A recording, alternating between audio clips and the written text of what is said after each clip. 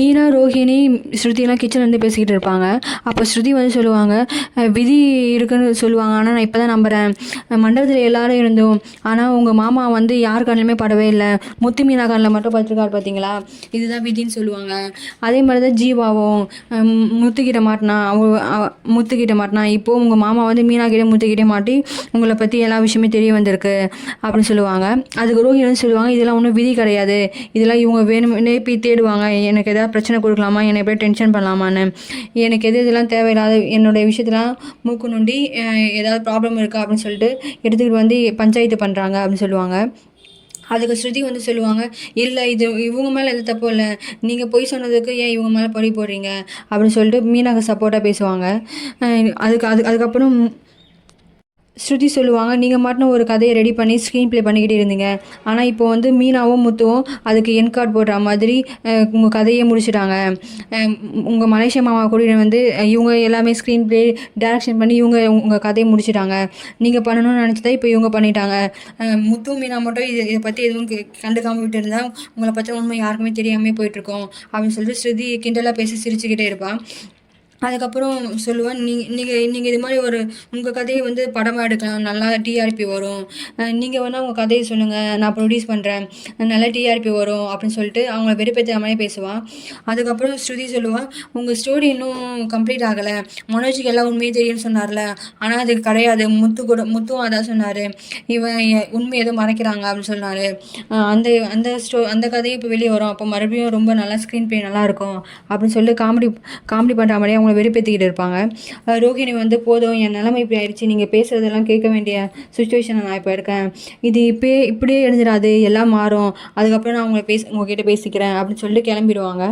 அப்போ ஸ்ருதி வந்து மீனா கிட்ட சொல்லுவாங்க, இத்தனை நாள் எவ்வளோ சீன் போட்டிருப்பாங்க, பணக்கார பொண்ணு மலேசியான்னு, இப்போ எல்லாம் அனுபவிக்கிட்டோம் அப்படின்னு சொல்லுவாங்க. மீனா வந்து சொல்லுவாங்க, சரி விட்டுருங்க அப்படின்னுவாங்க. ஆனால் ஸ்ருதி சொல்லுவாங்க, நீங்கள் வேணால் பாருங்கள், இன்னும் நிறைய சீக்ரெட் உங்ககிட்ட இருக்குது. ஏன்னா மற்ற பொண்ணு வந்து அழுவாங்க, ஏதாவது பண்ணிப்பாங்க. ஆனால் இவங்க பார்த்தீங்கன்னா எவ்வளோ கேஷுவலாக இருக்காங்கன்னு, இதுக்கு பின்னாடி ஏதாவது ஒரு காரணம் இருக்கும் அப்படின்னு சொல்லிட்டு ஸ்ருதி வந்து மீனா கிட்ட சொல்லுவாங்க. மனோஜ் வந்து பெட்டில் படுத்துக்கிட்டு இருப்பார். அப்போ ரோஹிணி வந்து பேசலாம் ட்ரை பண்ணுவாங்க. நீ இன்னும் தூங்கலையா அப்படின்னு சொல்லி கேட்பாங்க. உடனே மனோஜ் பாய் பெட்ஷீட் எல்லாம் தலைக்காணி எல்லாத்தையும் எடுத்துகிட்டு வெளியே போவார்.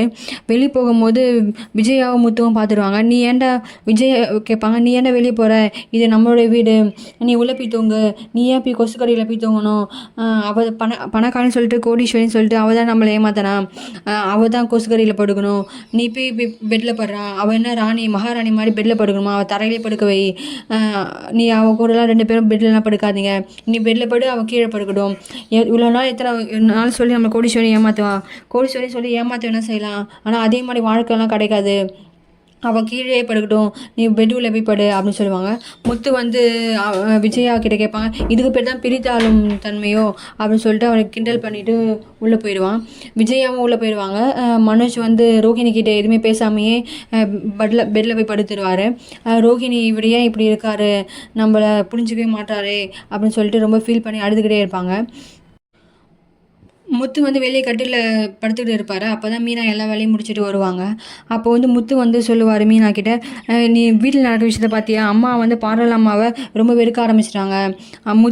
மீனாவும் சொல்லுவாங்க, ஆமாம் நானும் இப்போ தான் பார்த்தேன், எல்லாமே சமைக்க சொல்கிறது அவங்களே சமைக்கணும்னு சொல்லிட்டாங்க, அவங்களுக்கு அவ்வளோ சமைக்க கூட தெரியாது, பாவம் அவங்க அப்படின்னு சொல்லுவாங்க. முத்து வந்து சொல்லுவார், நீ ஏன் இப்போ எல்லாருக்கும் பாவம் பார்க்குற, உனக்கு இதே வேலை தான் அப்படின்னு சொல்லுவாங்க. மீனா வந்து சொல்லுவாங்க, ஆமாம் இதான் என் கேரக்டரு, நான் எப்படி இதை மாற்றிக்க முடியும் அப்படின்னு சொல்லுவாங்க. முத்து வந்து சொல்லுவார், எத்தனை வாட்டி அம்மா உன்னை திட்டும் போது அவங்க ஏதாவது உனக்காக பேசியிருக்காங்களா, பாவம் ஆண்டி மீனா எதுவும் திட்டாதீங்க அப்படின்னு ஏதாவது ஒரு வார்த்தை சொல்லியிருக்காங்களா, ஆனால் நீ பாரு, நீ அவங்களுக்கு பாவம் பார்க்குற, ஆமாம் இது அவங்களுடைய கேரக்டரு, நான் எல்லாருக்கும் நன்மையை நடக்கிறது என்னோடய கேரக்டரு, நான் என்னுடைய கேரக்டரை மாற்ற முடியாது அப்படின்னு மீனா சொல்லுவாங்க. முத்து சொல்லுவார், சரி நீ இப்படியே இரு, இதான் யாருக்காகவும் மாறாத அப்படின்னு சொல்லுவார். அதுக்கப்புறம் முத்து வந்து மீனா கிட்ட சொல்லுவார், இப்போ தான் மனோஜ் வந்து தலகாணிலாம் எடுத்துன்னு வெளியே போனா. ஆனால் அம்மா வந்து நீ உள்ளே போய் படுறா, நீ கட்டிலில் படு, அவள் கீழே படுக்கட்டும்னு சொல்லிட்டாங்க, பாவம் அவங்க அப்படின்னு சொல்லுவாங்க. மீனா வந்து ஏன் உங்கள் அம்மா இப்படிலாம் பண்ணுறாங்க, ஏற்கனவே நமக்கே ரூம் இல்லை, இப்படி ரூம் இருக்கவங்களையும் தனித்தனியாக பிரித்து விட்றாங்களே அப்படின்னு சொல்லிட்டு ஃபீல் பண்ணி சொல்லுவாங்க. ஆமாம் அவங்க பண்ண தப்புக்கெல்லாம் இதான் தண்டனை அப்படின்னு சொல்லிட்டு முத்து சொல்லுவார். அப்போ தான் மீனாவுக்கு வந்து வித்யாக்கிட்டேருந்து கால் வரும். கால் எடுத்து பேசுவாங்க. வித்யா வந்து கேட்பாங்க, என்ன டிஸ்டர்ப் பண்ணிட்டேனா, இப்போ பேசலாம்ல? பேசலாம், நான் இப்போ தான் வேலையெல்லாம் முடிச்சுட்டு வந்தேன், ஒரு பிரச்சனையும் இல்லை அப்படின்னு சொல்லுவாங்க. மீனா கிட்ட கால் பண்ணி பேசும்போது வித்யா சொல்லுவாங்க, அவர் என்கிட்ட ப்ரப்போஸ் பண்ணிட்டாரு அப்படின்னு சொல்லுவாங்க. ஓ அப்படியா, ரொம்ப நல்ல விஷயம், நீங்கள் என்ன பண்ணீங்க, அதுக்கு பதில் சொன்னீங்கன்னு கேட்பாங்க. நானும் லவ் அக்செப்ட் பண்ணிட்டேன், சரி இப்போ அடுத்து என்ன பண்ணுறதுன்னு சொல்லிட்டு வித்யா மீனா கிட்ட கேட்பாங்க.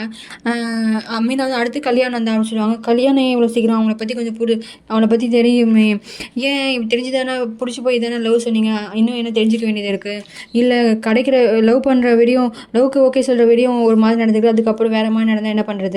சரி அதுவும் கரெக்டு தான், சரி நீங்கள் மேரேஜ் பண்ணதுக்கப்புறம் கூட இதை புரிஞ்சுக்கலாமே, மேரேஜ் பண்ணதுக்கப்புறம் புரிஞ்சிச்சுன்னா கெட்டவன் தெரிஞ்சால் விட்டு விலக முடியாதுல்ல, ஆனால் இப்போ பிரேக்கப் பண்ணலாம்ல, சரி நீங்கள் சொல்கிறது நல்லது தான், நீங்கள் அவளை பற்றி நல்லா புரிஞ்சுக்கிட்டு சீக்கிரமாக கல்யாணம் பண்ணிக்கோங்க அப்படின்னு சொல்லிட்டு ஃபோனை கட் பண்ணுறாங்க. முத்து வந்து கேட்பாரு, ஏன் அந்த பொண்ணு ஏன் உங்ககிட்ட ஐடியா கேட்குறா, பார்லர்மாவோட ஃப்ரெண்டு தானே அப்படின்னு சொல்லுவாங்க. அதுக்கு வந்து மீனா சொல்லுவாங்க, இல்லை அவங்க வேறு யாரையும் லவ் பண்ணுறாங்களாம், அதுக்காக என்கிட்ட ஐடியா கேட்பாங்க, இதில் எவ்வளோ நாள் நடந்துக்கிட்டு இருக்குது, இன்னும் கொஞ்ச நாள் தான் நடந்துகிட்டு இருக்குது, எதனால அவங்க ஏன் உங்ககிட்ட ஐடியா கேட்குறாங்க அப்படின்னு சொல்லுவாங்க. நீங்கள் நானும் ரொம்ப அந்யோன்யமான ஹஸ்பண்ட் அண்ட் ஒய்ஃபா, அதனால் நம்மக்கிட்ட ஐடியா கேட்குறாங்க, அந்த பொண்ணு நம்ம மேலே கண்ணு வச்சிச்சோம், அப்போல்லாம் இல்லை, அந்த பொண்ணு ரொம்ப நல்ல பொண்ணு தான் அப்படின்னு சொல்லிட்டு அந்த பொண்ணை பற்றி நல்லதாக தான் சொல்லுவாங்க. முத்து வந்து சொல்லுவார், இந்த பொண்ணையும் ஒருத்தன் லவ் பண்ணுறானா, அவன் ரொம்ப பாவம் தான், ஏன் அப்படி சொல்கிறீங்க, அந்த பொண்ணு ரொம்ப நல்ல பொண்ணு தான் அப்படின்னு சொல்லிட்டு அந்த பொண்ணுக்காக சப்போர்ட் பண்ணி பேசுவார். அதுக்கு முத்து வந்து சொல்லுவார், இந்த பொண்ணும் முருகா மாதிரி ஏதாவது பண்ணிட போகுது, கல்யாணமான பையனை லவ் பண்ண போகுது, அப்படிலாம் ஒன்றும் கிடையாது, நான் எல்லாத்தையும் விசாரிச்சிட்டேன் அப்படின்னு சொல்லிட்டு அவங்களுக்கு ஃபேவராக தான் பேசுவாங்க. முத்து வந்து நான் ஐடியா கொடுத்த மாதிரி தப்பு பண்ணுறேன், திட்டுறேன், ஆனால் நீ மட்டும் எல்லாருக்கும் ஐடியா கொடுக்குற அப்படின்னு சொல்லிட்டு சொல்லுவாங்க.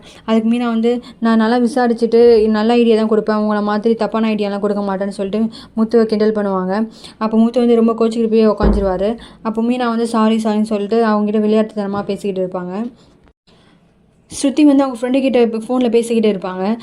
என்ன பேசுவாங்கன்னா, சரி நான் என் சிஸ்டர்கிட்ட எல்லாத்தையும் சொல்லிடுறேன், அவங்க கண்டிப்பாக ஹெல்ப் பண்ணுவாங்க அப்படின்னு சொல்லிட்டு ஃபோனை கட் பண்ணுறாங்க. அதுக்கப்புறம் தான் ரவி அவங்க குளிச்சுட்டு வெளியே வருவார். இப்போது நான் அவங்க யார்கிட்ட பேசுகிறேன்னு தெரியுமான்னு கேட்பாரு. உங்கள் ஃப்ரெண்டு ரூபா தானே அப்படின்னு சொல்லுவார். எப்படி அது உனக்கு தெரியும், என் ஃப்ரெண்டு ரூபான்னு, உன்னோட பெஸ்ட் ஃப்ரெண்டு அவன் மட்டும்தானே அப்படின்னு சொல்லுவான். இல்லை அவள் இல்லை, வேற ஒரு பொண்ணு அப்படின்னு சொல்லுவாள். சரி அந்த பொண்ணோட பேர் என்னன்னு கேட்பாரு. அவர் அடிக்க வருவார். சரி அடிக்காத, சொல்லு என்ன விஷயம்னு சொல்லு அப்படின்னு சொல்லி கேட்பாரு. இல்லை என் ஃப்ரெண்டு ஒருத்தவங்க கால் பண்ணாங்க, அவங்களுக்கு வந்து ஏதோ மேரேஜ் ஃபங்க்ஷனா, அவங்களோட ரிலேட்டிவ்ஸ்க்கு அவங்களுக்குலாம் மேக்கப் பண்ணணுமா, ரோஹிணி தான் இருக்காங்களே, நான் அவங்களெலாம் புக் பண்ணலான்னு இருக்கேன் அப்படின்னு சொல்லுவாங்க. அதுக்கு வந்து ரவி சொல்லுவார், இல்லை அம்மா தான் இப்போ அவங்க கூட சண்டை போட்டிருக்காங்களே, இப்போ நீ அவங்ககிட்ட பேசினா எங்கள் அம்மா கோச்சிப்பாங்க அப்படின்னு சொல்லுவார். உங்கள் அம்மா கோச்சிக்க வேண்டியது என்ன விஷயம் இருக்குது, அவங்க வந்து ஆர்டர் கொடுக்குறாங்க, ரோஹிணி பண்ணுறாங்க, இதில் என்ன தப்பு இருக்குது, உங்கள் அம்மா வேணால் மனோஜோட ஷோரூமுக்கு போக வேணாம் சொல்ல உரிமை மட்டும் தான் உங்களுக்கு இருக்குது, ரோஹிணியை எந்த இதுவும் செய்யக்கூடாதுன்னு சொல்ல உரிமை அவங்களுக்கு இல்லை. ஒருவேளை இப்போ எனக்கு என்கிட்ட யாராவது இருக்காங்க ஹெல்ப் கேட்டாங்க என் ஃப்ரெண்டு, அதனால நான் ரோஹிணி ரெக்கமெண்ட் பண்ணுறேன். இப்போ இதுவே பூ ஆர்டர் கேட்டாலும் நான் மீனாவை ரெக்கமெண்ட் பண்ணுவேன். அதே மாதிரி தான் மீனாவும் ஏதாவது டப்பிங் வேலை இருந்தாலும் என்னை ரெக்கமெண்ட் பண்ணுவாங்க. இதில் என்ன இருக்குது, சண்டை இருந்தாலும் அவங்க ஒர்க் பண்ணுற வேண்டியது தானே அப்படின்னு சொல்லிட்டு ரவி கிட்டே சொல்லிக்கிட்டு இருப்பாங்க. ஸ்ருதி வந்து சொல்லுவாங்க, உங்கள் அம்மா கோச்சிக்கிட்டாலும் பிரச்சனை இல்லை, எனக்கு இது ஒன்றும் தப்பான விஷயம் இல்லை, நான் ரோஹிணி கிட்ட சொல்ல தான் போகிறேன் அப்படின்னு சொல்லுவாங்க. அதுக்கு ரவி வந்து சொல்லுவார், ரோஹிணி அண்ணி தனியாக இருக்கும் போது இந்த விஷயத்த சொல்லு, யார் முன்னாடி சொல்ல வேணாம் அப்படின்னு சொல்லுவார். ஏன் தனியாக சொல்லணும், நம்ம என்ன தப்பாக பண்ணுறோம், நம்ம 2 பேரும் நல்லா சந்தோஷமாக தானே இருக்கோம், இதில் என்ன பிரச்சனை வேண்டியிருக்கு, நான் ரோஹிணி கிட்ட யார் கேட்டாலும் சரி கேட்கலாம் சரி, எனக்கு எந்த பிரச்சனையும் இல்லை, நான் ஒன்றும் உங்கள் அம்மாவுக்குலாம் பயப்பட மாட்டேன், நான் சும்மா ஒரு ஒப்பீனியன் மட்டும் தான் உங்களே கேட்டேன், நீ என்ன சொல்கிறேன்னு, நீ உங்கள் அம்மாவுக்கு பயப்படுற மாதிரி ஏன் பதில் சொல்கிறேன்னு சொல்லுவாங்க. நான் அப்படிலாம் எங்கள் அம்மாக்கெல்லாம் பயப்பில்லை, வீட்டில் தேவையில்லாமல் பிரச்சனை வர வேணாமே தான் பார்த்தேன், நீ சொல்லணுன்னா சொல்லு அப்படின்னு சொல்லுவார். சரி நான் ரோஹிணி கிட்ட சொல்ல தான் போகிறேன் அப்படின்னு சொல்லிட்டு ரோஹிணி கிட்ட சொல்கிற மாதிரி ஐடியாவில் தான் சுற்றி இருப்பாங்க.